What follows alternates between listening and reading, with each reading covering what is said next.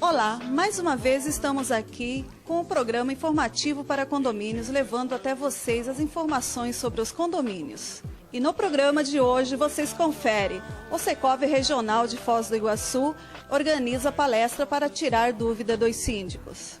O arquiteto fala sobre calçadas em condomínios. A síndica, em sua segunda gestão, fala da sua experiência adquirida. A importância de profissionais especializados na área de administração de condomínios. O advogado Eduardo Ribeiro responde pergunta dos telespectadores. Voltamos já. O Tenente Castro, do Corpo de Bombeiro, falou sobre os equipamentos exigidos por lei nos condomínios. Confira a matéria. E hoje aqui na palestra da CIF para os síndicos, qual foi o tema abordado? O tema foi prevenção de incêndios nas edificações. Também foram tiradas algumas dúvidas a respeito das taxações que ocorrerão, as novas leis, a nova lei do FUNCB, que foi instituída em 2001. É natural que as pessoas tenham dúvidas sobre isso, foram sanadas várias dúvidas. E também foram dadas algumas dicas em relação à prevenção de incêndios, alguns cuidados que os síndicos devem tomar, porque eles também têm a responsabilidade. Não é só o proprietário da edificação, o síndico tem uma responsabilidade estabelecida pelo Código Civil. Ele é responsável pelo condomínio que, no caso, ele foi eleito. Foram passadas algumas orientações para que, de preferência, repassem aos condôminos as informações que aqui foram colocadas. Porque se não forem repassadas, ficará perdido, né, as informações aqui. Não adianta você ter o extintor lá se você não sabe como agir, não sabe como proceder, não sabe como utilizar, efetuar o combate. Então é importante que todas as informações que estiveram aqui e orientações cheguem e coloquem em prática. Se há necessidade de um síndico solicitar a presença de um corpo de bombeiro numa assembleia para esclarecer melhor sobre como utilizar os equipamentos que a gente tem lá, mas não sabe como utilizar, né? Vocês podem ir até o condomínio? Com certeza. Mediante ofício solicitado ao comandante do Corpo de Bombeiros, e ele vai designar um bombeiro para efetuar essa palestra. É uma contribuição. Nós do bombeiro, agradecemos essa iniciativa do síndico. A melhor forma de combate a incêndios é a prevenção.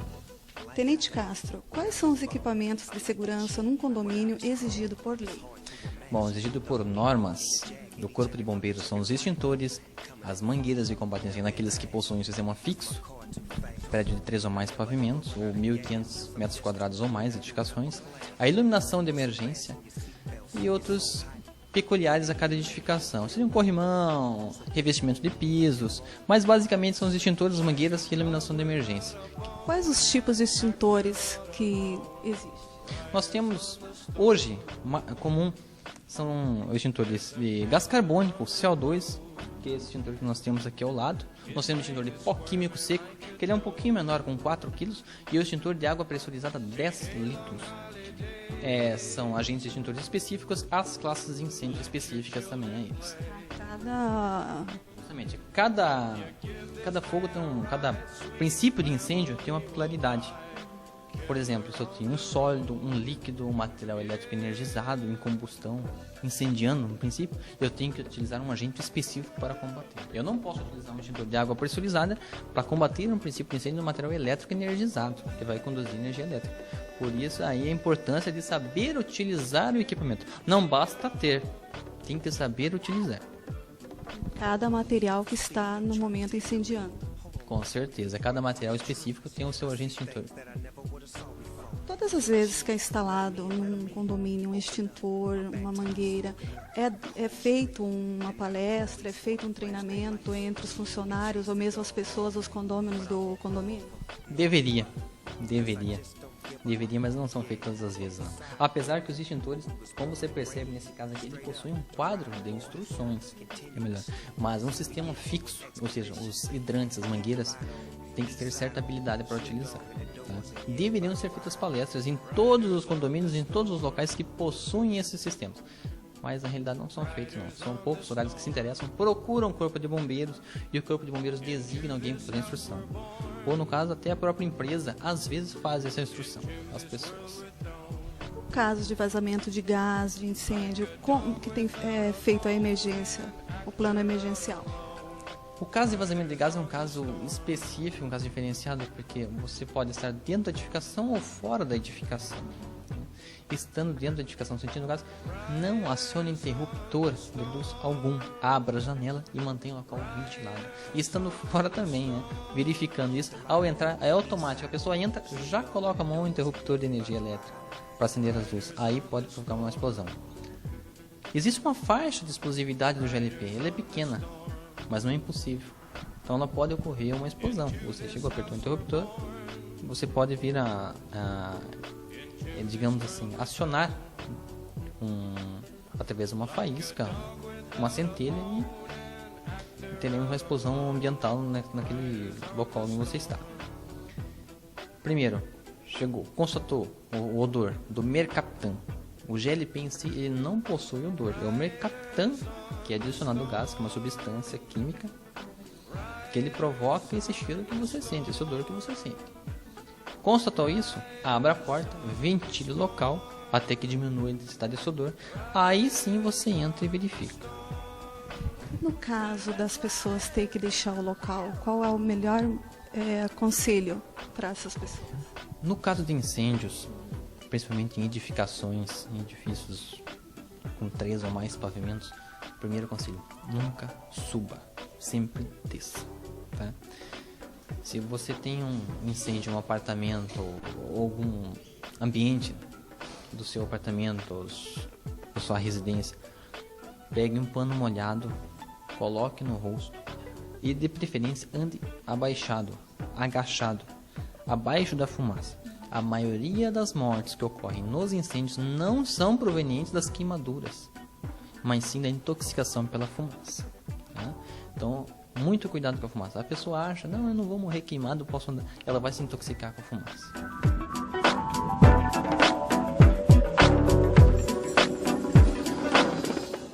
No quadro Arquitetura para Condomínios, o arquiteto Gilberto Monteiro fala sobre as calçadas nos condomínios. Hoje, no quadro Arquitetura para Condomínios, estaremos falando sobre a importância das calçadas em seu condomínio. Para isso, temos a presença do arquiteto Gilberto Monteiro Bento, que é coordenador do projeto Calçadas pela Prefeitura Municipal de Foz do Iguaçu e presidente do Núcleo IAB Foz. Gilberto, para você, qual a importância das calçadas na vida do ser humano? Lucas, primeiramente, uma boa tarde.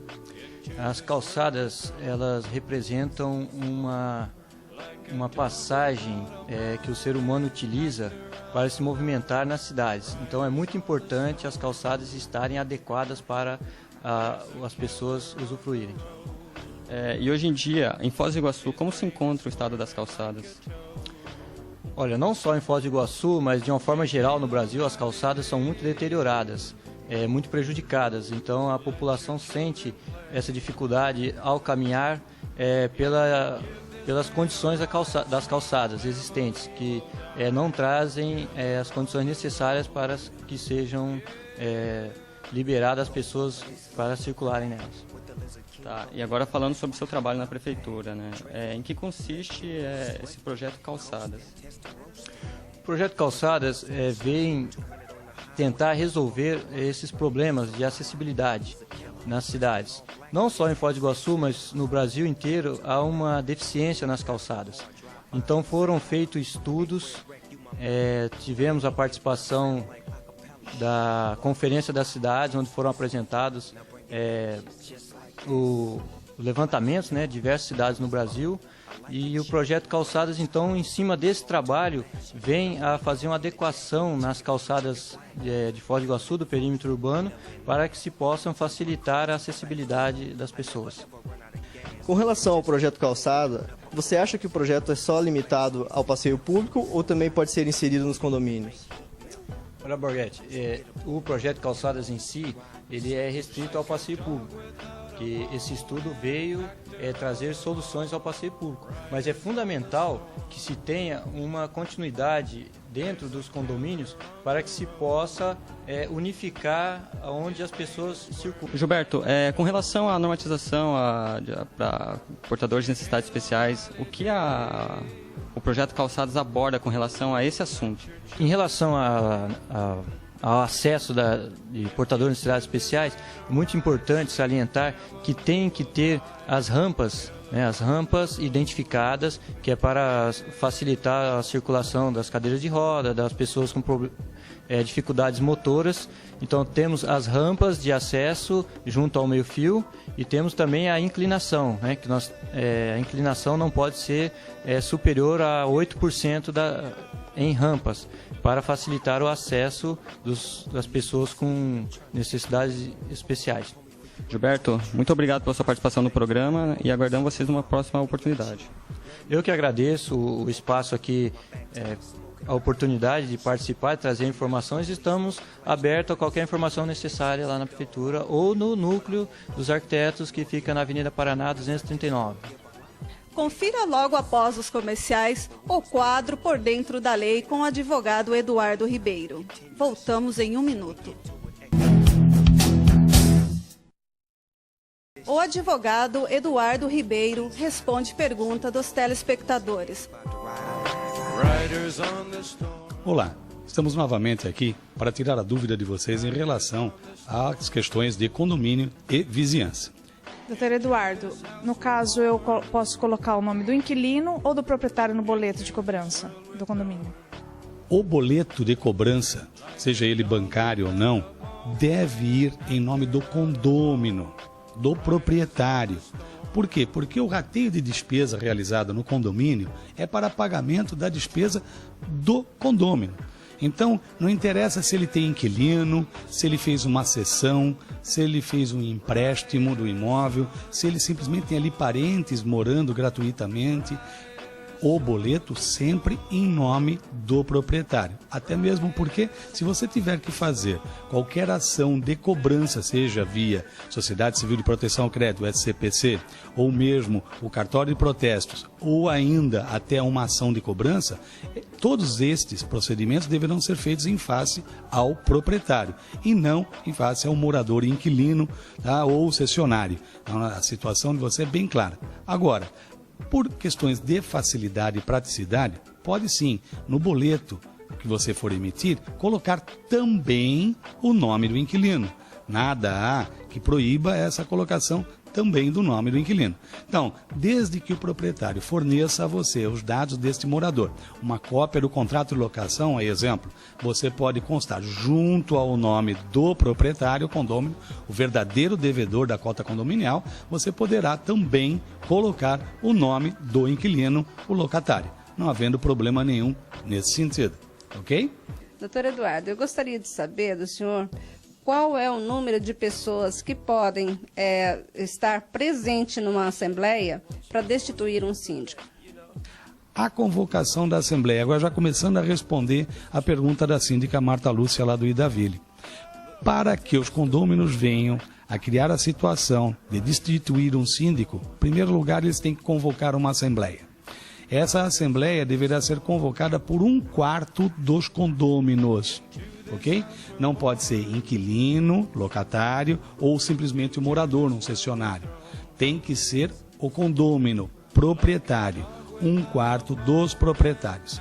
Com a ressalva de que esse 1/4 deve ser representado por condôminos adimplentes. Significa isso, que tem que ser condôminos que estão em dia com o condomínio, com as suas obrigações com o condomínio. E dentre as obrigações não é só o pagamento da cota condominial, as multas também entram. Se ele tiver multa e não pagou a multa, mas pagou o condomínio em dia, ele não pode assinar a convocação para essa assembleia. Então somente os condôminos adimplentes, que representem 1/4 das frações ideais, então 1/4 dos proprietários do condomínio para convocar essa assembleia. E nesta assembleia faz necessária a maioria absoluta. Essa maioria absoluta é o equivalente a 50% dos condôminos mais um. Então você tem que ter 50% mais um dos condôminos. Se você tem um condomínio em que você tem 20 apartamentos, você vai ter que ter 1/4 disso, você vai ter que ter 20 por 4, 5 pessoas que convoquem, com 5 condôminos adimplentes, né, que estejam em dia, totalmente em dia o condomínio. Eles vão ter, aí eles convocam essa assembleia, porém, para que você seja destituído dessa função de síndico, você terá que ter voto de 11 pessoas. Eu sugeri 20, né? Então, 50% são 10 condôminos, mais um. Então, você tem que ter 11 condôminos votando a favor da destituição. Senão, não sai. Este é um problema para os grandes condomínios, porque você tem inúmeras pessoas. Exemplo, o próprio Idaville vai ser uma dificuldade, porque um quarto de 200 apartamentos são 50 proprietários. E para ter aí a destituição do síndico, se existem 200 apartamentos, tem que ter 101 votos para destituir o síndico. Então, na hora que o Código Civil foi elaborado, para dar essa proporcionalidade das decisões, eles esqueceram de que nós não estávamos trabalhando simplesmente com prédios individualizados ou com condomínios horizontais simples de um número pequeno de habitações. A exemplo, em São Paulo, existe um condomínio chamado Alphaville, que na sua primeira etapa tinham 350 imóveis. Então veja, nessa hora, para você fazer esta reunião, você começa a dificultar a administração do condomínio. Essa legislação, acredito eu, deve ser ainda reformada. Mas enquanto não acontecer, o síndico ele só será destituído com os votos de 50% mais um dos condôminos. Neste caso, aí na Assembleia, não há a exigência na lei de serem os condôminos adimplentes. Os adimplentes tinham a exigência lá para a convocação, mas na Assembleia não, o código é omisso em relação a isso. Mas terão que ter 101, no caso do exemplo, se tiver 200 imóveis. 101 apartamentos, 101 condôminos, não pode ser inquilinos nem locatários, tem que ser os proprietários dos condôminos, votando pela destituição do síndico. Espero ter esclarecido a vocês a respeito de condomínio e a respeito dessas situações relativas ao condomínio. Lembrando que nós estaremos respondendo também a respeito do direito de vizinhança. Participe, mande seu e-mail, telefone, entre em contato conosco. Faça a sua pergunta e nós estaremos aqui para responder. Obrigado e até a próxima. A importância de profissionais especializados na área de administração de condomínios. Em meio a tantas dúvidas sobre como administrar no condomínio, viemos atrás de uma empresa especializada na administração junto ao síndico. O senhor Breda, ele trabalha nessa empresa e vai nos dar maiores informações sobre como administrar. Senhor Breda, qual é o trabalho da assessoria junto ao condomínio? Franciele, na realidade o nosso trabalho é o que vai nortear, né, as contas do condomínio, tanto na emissão de boletos de cobrança com o rateio das respectivas contas, dividindo a cada condômino a sua parcela no pagamento da taxa, auxiliando, digamos, na conta bancária, conciliação, a elaboração de balanços, balancetes, enfim, tudo que envolve a parte econômica do condomínio. E além disso, a gente participa das assembleias ordinárias e extraordinárias, auxiliando no que for necessário para a condução da apresentação do síndico, né? Tudo isso é um trabalho que a gente desenvolve, sempre levando em conta que o síndico é a pessoa diretamente responsável. As despesas ordinárias, elas têm que ser informadas para os condôminos antes ou eles podem tomar a decisão de fazer e só colocar no rateio? Não, tem despesas ordinárias, isso compete ao síndico, né? Não há como todo mês tem que pagar a folha de pagamento, tem que recolher o INSS dos funcionários, tem que comprar vale transporte, tem que pagar a luz, tem que pagar a água. Seria um trabalho desgastante e até ficaria até um pouco complicado junto aos condôminos, né? Todo mês o síndico tem que pegar essa autorização para efetuar esses pagamentos. E sobre os moradores que estiverem inadimplentes, qual é a atitude que o síndico deve ter? Ele deve consultar a administradora? O que ele deve fazer? Não, no caso da inadimplência, a gente informa todo mês, o apartamento tal, o condomínio tal está com a inadimplência de 2, 3, 4 meses, ou venceu, não pagou, né, a gente informa mensalmente. Passou, digamos, 10 dias, a gente já informa o síndico. A unidade tal se tornou inadimplente em relação à taxa do mês tal. Aí ele vai tomar as providências. Primeiro passo, ele faz, digamos, um contato direto com o condomínio. Caso surja um efeito positivo, já regulariza a situação. Caso contrário, ele tem as medidas cabíveis ao caso, pode protestar ou mesmo pode ajuizar uma ação na Justiça Comum. Muito obrigado, senhor Breda, pelas informações e com certeza vão só vir a somar. Obrigado, nós é que agradecemos, né? Porque é muito importante, inclusive eu tenho assistido o programa de vocês e as informações levadas aos condôminos são de vera úteis, né, no dia a dia. Então estamos sempre à disposição no que for necessário e agradeço mais uma vez. Muito obrigado. Tá aí, né, gente? Essa é a importância de consultar sempre um profissional. E a síndica do condomínio Xangri-Lá, Rosemarie, fala sobre a experiência da sua segunda gestão. Muitas vezes os síndicos encontram dificuldades em administrar um condomínio, principalmente quando não contam com a assessoria de uma administradora. E converso agora com a Rose, que é síndica, já está na sua segunda gestão. Pode falar um pouco sobre como foi o impacto quando começou a primeira gestão? Bom, logo no início eu tive dificuldade. Eu nunca tinha sido síndica, mas o segredo, na verdade, é a gente contar com um bom conselho, uma equipe muito boa que possa te auxiliar. Geralmente essa equipe ela é formada no ato da Assembleia. E você tem que sempre ter pessoas que você conheça, que tenha familiaridade e que você tenha intimidade. Porque assim, quando você precisar, seja fora de horário comercial ou não, se você ligar e pedir ajuda, eles estão aí para te auxiliar. Você teve muitas dificuldades nesse tempo de gestão? No início, sim. Porque nós tivemos que fazer uma série de reformas, pinturas, e eu, como mulher, trabalho no financeiro. Eu nunca trabalhei com construção, com tinta, com pintura, pedreiro, carpinteiro, e na minha casa sempre quem fazia isso era meu marido.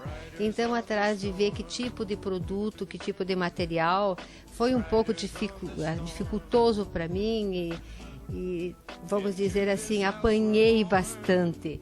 Mas hoje, se você me pedir, com certeza já posso na tua casa te aconselhar, porque isso é bom, porque você também adquire muita experiência e pode até auxiliar os futuros síndicos nessa parte.